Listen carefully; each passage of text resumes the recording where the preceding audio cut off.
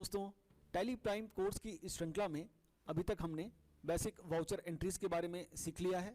साथ ही साथ हमने बैंक ट्रांजैक्शंस और डिस्काउंट से संबंधित एंट्रीज को टैली प्राइम में किस तरह से पोस्ट करना है ये भी जान लिया है। इसी कड़ी को आगे बढ़ाते हुए आज की क्लास में हम वाउचर मोड्स को डिस्कस करने वाले हैं। जी हाँ दोस्तों, जब भी हम टैली प्राइम में एंट्री पोस्ट करने जाते हैं तो अलग अलग वाउचर्स में आपको अलग अलग वाउचर मोड्स देखने को मिलेंगे। आगे बढ़ने से पहले हमेशा की तरह मेरा आपसे निवेदन है कि यदि अभी तक आपने हमारे इस चैनल को सब्सक्राइब नहीं किया है तो प्लीज़ अभी कर लीजिए। आइए शुरुआत करते हैं। दोस्तों, टैली के कॉन्ट्रा, पेमेंट और रिसिप्ट, इन तीनों वाउचर्स में आपको दो प्रकार के वाउचर मोड्स देखने को मिलेंगे। अभी आपको जो मोड दिखाई दे रहा है इसे डबल एंट्री मोड कहा जाता है और इसे एक्सेस करने के लिए आपको बटन बार पर ही कंट्रोल H या चेंज मोड बटन पर क्लिक करना होता है। जैसे ही आप यहाँ पर क्लिक करते हैं, डबल एंट्री मोड और सिंगल एंट्री मोड, ये दोनों ही मोड हमें यहाँ पर डिस्प्ले होते हैं। जैसा कि मैंने आपको बताया, डबल एंट्री मोड में अभी आपको अपनी स्क्रीन पर 2 दिखाई दे रहा है, तो आप DRCR की जगह पर टू और बाय के माध्यम से भी एंट्रीज पोस्ट कर सकते हैं। 2 का मीनिंग होता है CR और बाय का मीनिंग होता है DR। मान लीजिए आपने बैंक में रुपए जमा कराए हैं और कॉन्ट्रा वाउचर में आप एंट्री पोस्ट करना चाहते हैं, तो एंट्री होगी bank account DR to cash. तो यहाँ पर टैली हमें पहले 2 पूछ रहा है, इट मीन्स आपको यहाँ पर CR वाला लेजर यूज करना है। CR में हमने कैश यूज कर लिया है 5000 रुपीज, देन DR में हमें यूज करना होगा अपने बैंक अकाउंट को और DR की जगह पर यहाँ पर टैली डिस्प्ले कर रहा है बाय। तो यदि आप इस मोड में एंट्री करेंगे तो आपको बाय और 2 का ध्यान रखते हुए फिर एंट्रीज को पास करना होगा। और यदि आप इससे हैबिचुअल नहीं है और DRCR मोड में ही एंट्री पास करना चाहते हैं तो उसके लिए आपको F12 प्रेस करना है और F12 में आपको फर्स्ट ऑप्शन दिखाई देगा, use CRDR instead of to and by during voucher entry. जब आप इस ऑप्शन को यस कर देंगे तो आपकी स्क्रीन पर DRCR दिखाई देने लगेगा और आप एंट्रीज इस मोड में पास कर पाएंगे। तो ये था first voucher mode, double entry. इसी तरह से यदि आप सिंगल एंट्री मोड का यूज करना चाहते हैं तो सिंगल एंट्री पर आपको ऊपर एक ही बॉक्स दिखाई देगा, अकाउंट, जहां आपको कैश या बैंक लिखना होता है। दोस्तों, इस तरह का जो मोड होता है इसमें काम करना थोड़ा आसान होता है, लेकिन फिर भी आपको पूरा ध्यान रखना पड़ता है कि अकाउंट वाले ब्लॉक में आपको क्या लिखना है और नीचे पर्टिकुलर्स में आपको किस लेजर का यूज़ करना है। सपोज जैसा कि मैंने आपको बताया, अभी बैंक में रुपए आपने जमा कराए हैं तो ऊपर आपको बैंक अकाउंट का यूज़ करना है और नीचे आपको पर्टिकुलर्स में कैश का यूज़ करना है। इसी तरह से यदि आप पेमेंट वाउचर में जाएंगे तो पेमेंट वाउचर में आपको जिस अकाउंट के लिए पेमेंट करना है उसे आपको पर्टिकुलर्स में यूज़ करना होता है। जैसे आपने लाइट बिल डिपॉजिट करवाया तो ऊपर अकाउंट वाले सेक्शन में आपको केवल बैंक या कैश का ही यूज़ करना होगा।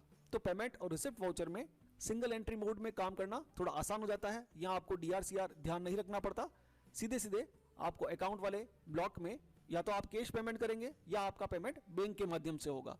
तो अकाउंट वाले ब्लॉक में आपको कैश या बैंक, इन 2 लेजर्स को ही यूज़ करना होता है। और नीचे पर्टिकुलर वाले सेक्शन में आप जिस अकाउंट के लिए, जिस ट्रांजेक्शन के लिए अपने बिजनेस से पेमेंट कर रहे हैं उस लेजर को आपको नीचे यूज़ करना होता है। जैसे मान लीजिए हमने लाइट का बिल डिपॉजिट करवाया तो मैंने अकाउंट ऊपर लिख लिया कैश और नीचे लाइट बिल लेजर को हम लोग यूज़ कर लेंगे। तो यहाँ पर काम करना थोड़ा आसान है।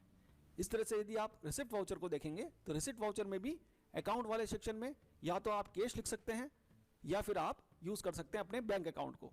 मान लीजिए आपने कमीशन रिसीव किया है और उससे आपको पैसा रिसीव हो रहा है, तो अकाउंट में आप यूज़ कीजिए अपने कैश या बैंक अकाउंट को, और जिस वजह से हमारे पास पैसा आ रहा है उसके लेजर को हमें पर्टिकुलर वाले सेक्शन में यूज़ करना होता है। तो यहाँ पर काम करना काफ़ी आसान हो जाता है और इस मोड का यूज़ करते हुए नॉन कॉमर्स स्टूडेंट्स भी आसानी से एंट्रीज को पास कर सकते हैं। लेकिन मैं आपको सजेस्ट करूँगा कि आप DRCR वाले मोड को ही एक्टिवेट करके रखें, मीन्स डबल एंट्री वाले सिस्टम को ही एक्टिवेट करके रखें और उसी में आप अभ्यास करें, उसी में आप प्रैक्टिस करें, ताकि आपको डेबिट और क्रेडिट के जो कॉन्सेप्ट हैं वो पूरी तरह से अच्छी तरह से समझ में आए और आपको फाइनल अकाउंट्स को बनाने में कोई दिक्कत ना हो।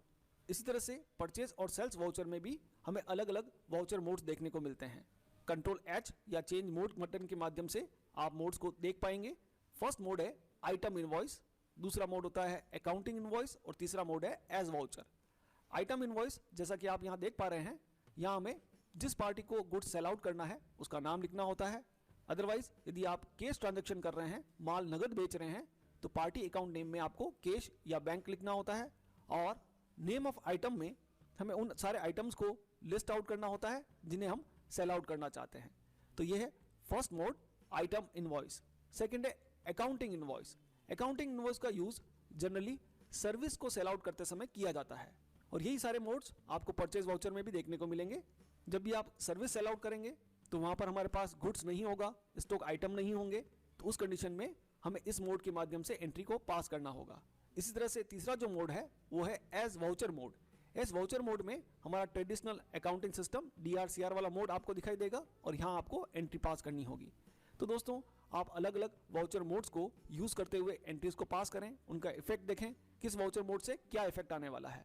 तो कॉन्ट्रा, पेमेंट और रिसिप्ट, इन तीनों वाउचर में हमें दो मोड देखने को मिलेंगे, डबल एंट्री सिस्टम और सिंगल एंट्री सिस्टम। इसी तरह से परचेज और सेल्स, इन दोनों वाउचर्स में हमें तीन मोड्स देखने को मिलते हैं, आइटम इनवॉइस, अकाउंटिंग इनवॉइस और एज वाउचर। आप इन सभी मोड्स में एक एक एंट्री पोस्ट कीजिएगा और इनके इफेक्ट को देखिएगा। दोस्तों, आज की क्लास में इतना ही, मिलते हैं अगली क्लास में। यदि आज का हमारा वीडियो आपको पसंद आया हो, उपयोगी लगा हो, ज्ञानवर्धक लगा हो, तो आप इसे जरूर लाइक करें, शेयर करें और कमेंट करें। समय निकालकर हमारे इस वीडियो को देखने के लिए आपका बहुत बहुत धन्यवाद।